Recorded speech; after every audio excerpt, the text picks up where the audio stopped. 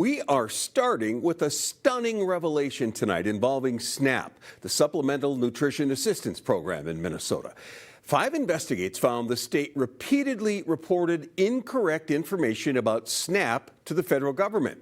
Investigative reporter Kirsten Swanson then discovered the state agency in charge of that program relied on that inaccurate data to answer her questions about fraud in the program.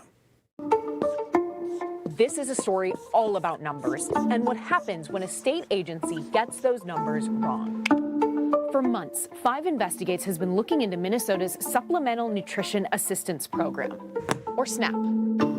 It all started with this number, 174%. This federal report has a ton of information on the SNAP program. It showed the amount of money Minnesota distributed in SNAP benefits jumped 174% from 2020 to 2021. No other state even comes close to that percentage. That big number got a lot of attention on the social media platform X in early November and raised speculation about potential fraud in the program. So we went to Minnesota's Department of Children, Youth and Families for an explanation. What happened was there was a mathematical error in a calculation of data that Minnesota provided to USDA. Commissioner Tiki Brown says the state mistakenly included pandemic EBT funds in its report to the federal government, which inflated the SNAP issuance numbers. During that interview, I also asked about fraud in SNAP. Your department has said that fraud in SNAP is incredibly rare. Can you give us some context there to help us understand what that means? Commissioner Brown told us less than 1% of all program participants are found to have committed fraud in SNAP. And then she offered even more specific numbers, sort of. So in 2020, let me see if I can get the right data here. In 2020, sorry, make sure I have the right data. What year is that? We'll skip the date. So at one point in time, we had 143 intentional program violations found, which was 0.003% of all cases. Days after that interview and following 3 requests for clarity on what she told us, a spokesperson sent us this email that said the numbers we shared in the interview are inaccurate, like the SNAP issuance data in the federal report from 2021.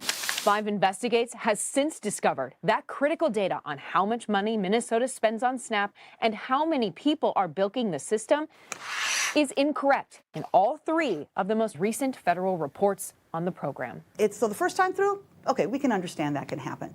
Now, if that continues for several years, now we're going to have a different conversation. Julie Blaha is the Minnesota State Auditor. Every year, her office audits federal funds spent by Minnesota agencies. She told me an error like this isn't surprising. When you have a brand new program and you have some that have some very, very technical, very precise ways of categorizing the data, that's not a surprise to have something miscategorized. Now, you want to fix it. We're going to check it. We're going to fix it because there are people who depend on that data to make decisions.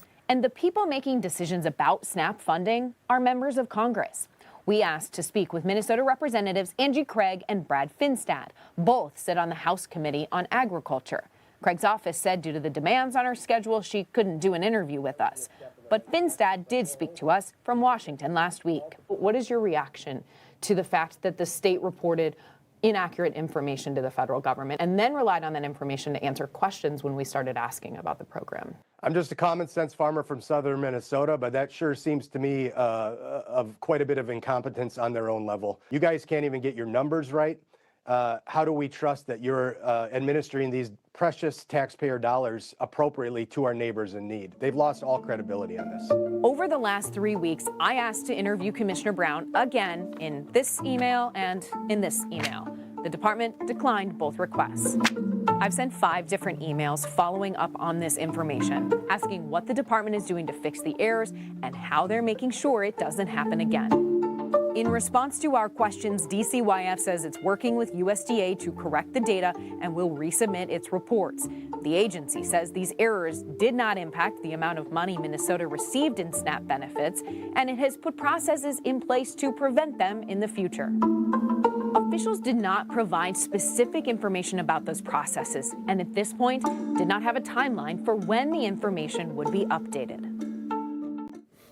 That's Kirsten Swanson from 5 Investigates. Now, you can read more of the department's responses to her questions in this story right now at KSTP.com.